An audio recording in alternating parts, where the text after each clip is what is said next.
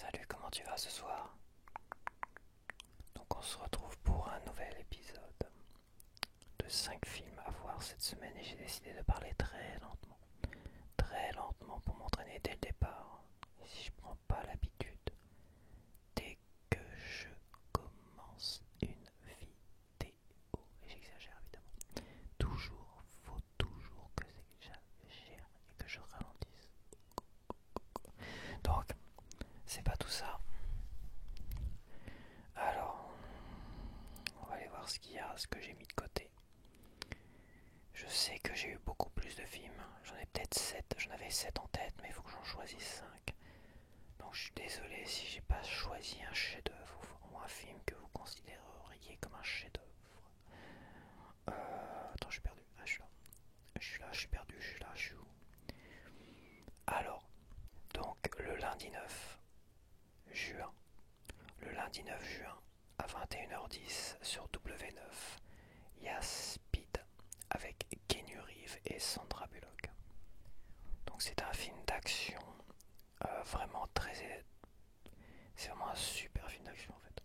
C'est un des meilleurs films d'action, pas prise de tête, avec un Keanu Reeves débutant, on va dire. C'est un de ses premiers films. D'ailleurs, oui, il a fait 2-3 films dramatiques, je crois, avant. Enfin, je connais pas trop, donc je vais pas m'avancer.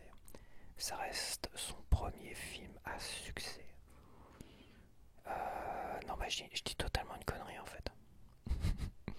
Je dis des conneries parce que je crois que Point Break c'est avant en fait. Et bah tu vois, je suis pas sûr. Entre Point Break et Speed. Point Break, je l'ai pas vu au cinéma, donc j'arrive pas à le caler Point Break dans la timeline en fait. Bon, peu importe. Speed, ça reste pour moi un super film d'action avec des bonnes musiques, avec des deux acteurs super convaincants. Et puis voilà quoi, si vous l'avez pas vu, je pense qu'il mérite vraiment sa place dans votre culture cinématographique. Donc c'est pour ça que j'ai choisi Speed, contrairement peut-être à un film qui est considéré comme un chef-d'œuvre, mais je vais pas en parler parce que j'ai décidé de le retirer. Donc il y a Speed le lundi 9 juin à 21h10 sur W9. Après, je zappe celui-là. Tant pis, ce sera peut-être pour une autre fois. Donc c'est quand même bizarre parce que j'ai zappé un chef-d'œuvre pour prendre un film que j'ai jamais vraiment aimé à l'époque. Euh, Peut-être qu'on a été le voir au cinéma, je sais plus, on l'a vu plusieurs fois. Et je sais que dans mon entourage, ils avaient tous adoré ce film-là. Ils adoraient ce film-là. Après, on devait l'avoir en DVD, donc ils le regardaient régulièrement. Et moi, j'ai jamais vraiment plus apprécié que ça, ce film-là. Et je voulais lui donner une seconde chance. C'est L'Armée des 12 singes. L'Armée des 12 singes avec notamment Bruce Willis. Donc ça passe le 12. Alors attends, le 12 c'est quand? Ça c'est lundi, mardi, mercredi, jeudi. Donc le 12 on sera jeudi. Donc le jeudi 12 juin à 21h sur Paris Première, on a L'Armée des 12 singes. Avec Brad Pitt. Ah oui, il y a Brad Pitt, c'est vrai. Brad Pitt, Bruce Willis et Madeleine Stone. Et les autres, je ne connais pas. Donc c'est un film de Terry Gilliam. Donc je te lis le synopsis. L'un des rares survivants d'une terrible épidémie est renvoyé dans le passé pour isoler la souche virale avant qu'elle ne produise son œuvre à grande échelle. Voilà pourquoi je voulais lui donner une seconde chance parce que les voyages dans le temps, c'est aussi une série de films qui me passionnent, comme les possessions, tu vois. Tout ce qui est possession, voyage dans le temps. Et qu'est-ce qu'il y a d'autre? Ces deux-là, ça c'est vraiment deux séries qui me happent. Tout ce qui est possession démoniaque et tout ça. Et voyage dans le temps, ça n'a rien à voir l'un avec l'autre, mais c'est deux sujets, enfin deux séries de films que j'aime beaucoup. Ça me passionne énormément, je sais pas pourquoi, je saurais dire pourquoi. Enfin, je pourrais l'expliquer, mais ça serait trop long au moins pour les possessions démoniaques. Donc voilà, L'Armée des 12 singes, c'est le jeudi 12 juin à 21h sur Paris Première. Je vais lui donner une seconde chance. On verra bien. Alors, le jeudi, pareil, le jeudi juin, mais cette fois-ci, ah bah c'est sur Paris Première, je suis bête. Ça suit, en fait. c'est après l'armée des 12 singes sur Paris Première. Donc le jeudi 12 juin à 23h15, on a Peninsula.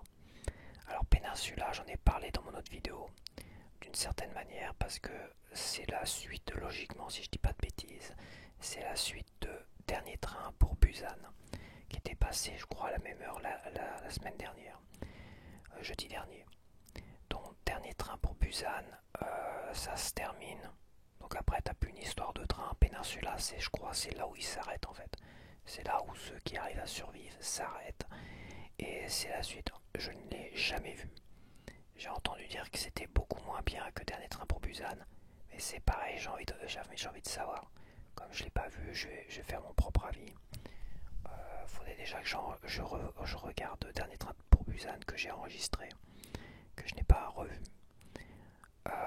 Je me demande si je vais pas me les faire d'affilée en fait. Attendre Peninsula et me les faire d'affilée. Donc voilà. Donc pour jeudi sur Paris Première, t'as deux films. L'armée des 12 singes à 21h et Peninsula à 23h15. Voilà, voilà, voilà. On va peut-être lire le synopsis de Peninsula. 4 ans après une attaque de zombies qui a décimé la population en Corée, un soldat découvre des survivants emprisonnés et tente de les sauver. Donc c'est un film d'horreur, mais c'est interdit au moins de 12 ans. Donc voilà, ça devrait pas être trop. Mais bon, j'ai revu La Mouche. Et La Mouche, c'était waouh. Ça a quand même très mal vieilli. Puis c'est quand même très très glauque, La Mouche. Je comprends pas que j'ai pu aimer ce film là avant. Ouais, j'espère que t'as pas regardé La Mouche que je t'ai conseillé dans une de mes. Parce que voilà. Et je te conseille pas La Mouche 2. Surtout pas La Mouche 2. Celui-là il m'avait choqué aussi. Mais je pensais que le premier, La Mouche, était beaucoup plus intéressant que ça. Et en fait, non pas que c'est un mauvais film, mais c'est tellement glauque. Et c'est David Cronenberg, je crois, c'est ça, La Mouche. Donc, bon, voilà, voilà quoi. Bon, allez, on oublie La Mouche. On va passer à les deux derniers films. C'est deux films coup de cœur. Franchement, coup de cœur. Non pas que Speed n'était pas un film coup de cœur. Ça reste un film coup de cœur, mais qui est quand même beaucoup plus connu que ces deux derniers-là. Donc, alors, on passe de jeudi, vendredi, samedi. C'est samedi, ok, on passe à samedi. Donc, le samedi 14 à 20h55 sur RTL9, on a Cobra avec Sylvester Stallone. Ça, pour moi, c'est un gros coup de cœur que j'ai revu assez récemment. C'est un gros coup de cœur des films d'action. Donc là, on a vraiment un film d'action pur jus des années 80, fin 80 celui-là, je crois. Franchement, c'est un Stallone qui est à voir. Pour moi, Stallone, là, il sortait vraiment de tous les Rocky, les machins, tout ça. On avait vraiment un flic assez badass. D'ailleurs, Expandable, il y a un côté dans la bagnole qu'il a. D'ailleurs, je crois que dans la bagnole qu'il a, dans le premier Expandable, qui se fait exploser par un de ses potes là, c'est la bagnole qu'il a dans ce film-là, Cobra. Voilà, c'était un petit clin d'œil à Cobra, un film, je pense qu'il a apprécié avoir joué. D'ailleurs, il a rencontré une de ses compagnes de l'époque, Brigitte Nielsen, dans ce film-là. Donc voilà, et c'est un film coup de poing. C'est un film coup de poing. Les méchants, ils sont très méchants. Mais oui, les méchants, ils sont très méchants, quoi. Et j'adore le méchant, il est vraiment méchant. T'as une scène de fin où le méchant, il est là, il vomit sa haine, là, tout en jetant des postillons. Et on a un Stallone glamour percutant. Non, c'est pas mal. C'est pas mal. Il y a beaucoup de mélange dans ce film-là. On peut retrouver un côté Mad Max, le tout premier Mad Max, tu vois. On retrouve un peu le début. Le tout premier Mad Max, c'est un peu la société qui part en freestyle, comme en France aujourd'hui ça part en freestyle. Et bah le premier Mad Max ou Cobra, on sent que ça part en freestyle, on sent que la société part en freestyle et que ça annonce finalement d'une certaine manière l'apocalypse, quoi, le Mad Max 2. Voilà, Mad Max 2. seul, mais je me comprends. Donc on a Cobra. Alors je peux te lire le synopsis, je passais à t'aider. Pour plus de sûreté, un lieutenant de police musclé abat les criminels avant de les arrêter, au grand désespoir de ses supérieurs hiérarchiques. Ouais, donc c'est un flic, lui, il fait pas dans la dentelle. Hein. Voilà.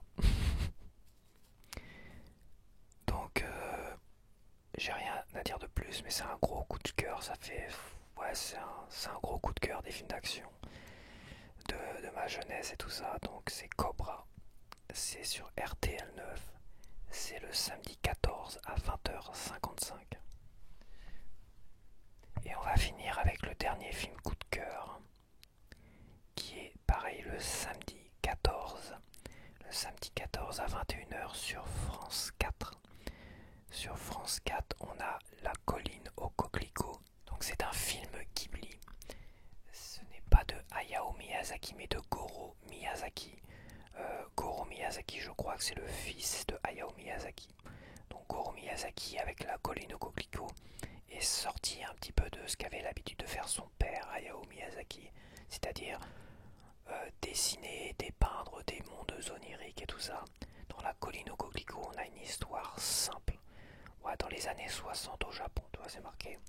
Dans les années 60 au Japon, une adolescente orpheline sympathise avec un lycéen qui cherche à préserver le foyer des étudiants de la destruction. C'est vraiment c'est vraiment simple, c'est très chill en fait. C'est un dessin animé très chill. C'est un Ghibli, donc qualité Ghibli. C'est très beau, j'aime beaucoup ce film là, je l'ai pas en Blu-ray, c'est vrai. Faut dire aussi que les Ghibli, c'est pas donné à acheter en Blu-ray. Donc voilà, c'est pour ça aussi que je n'ai pas tous les films qui me plairaient aussi. Mais c'est un film que j'envisagerai peut-être plus tard s'il sort en 4K à l'acheter. La colline au coquelicot. Donc je crois qu'il est encore sur Netflix aussi, donc si tu le loupes, ou si tu as envie de le voir en avance, il est aussi sur Netflix. Donc c'est La colline au coquelicot de Goro Miyazaki. C'est samedi 14 juin à 21h sur France 4. France 4. Bah voilà, ça a été rapide en fait, j'étais ultra rapide. J'ai l'impression que j'ai oublié des films. C'est dingue. 1, 2, 3, 4, 5. Bon, moi j'ai pas eu l'impression d'être rapide, mais j'ai été très rapide, plus rapide que les dernières fois, quasiment. Donc je récapitule. Donc on a, je t'ai pas lu le synopsis de Speed. Hein. Ah, je fais dans le désordre. Bah c'est pas grave, je vais pas te le lire parce que ça sert à rien que je te le lise maintenant. Quoi. La fiche elle est sûrement partie.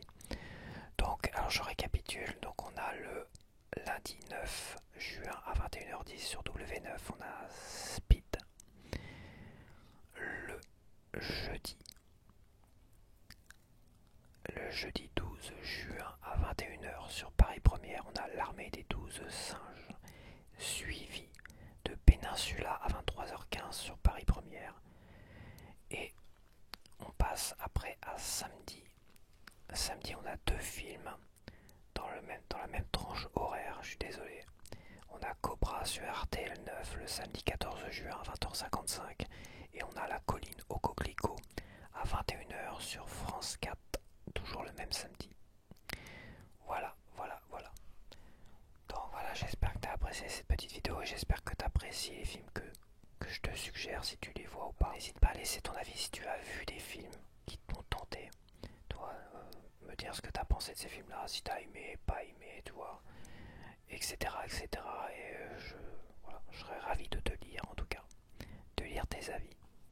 Est-ce que ça J'ai eu très peu de retours, j'en ai eu quelques-uns, j'ai eu un retour. Surtout, c'était sur l'échange, donc ça m'a fait plaisir de lire ton retour sur l'échange.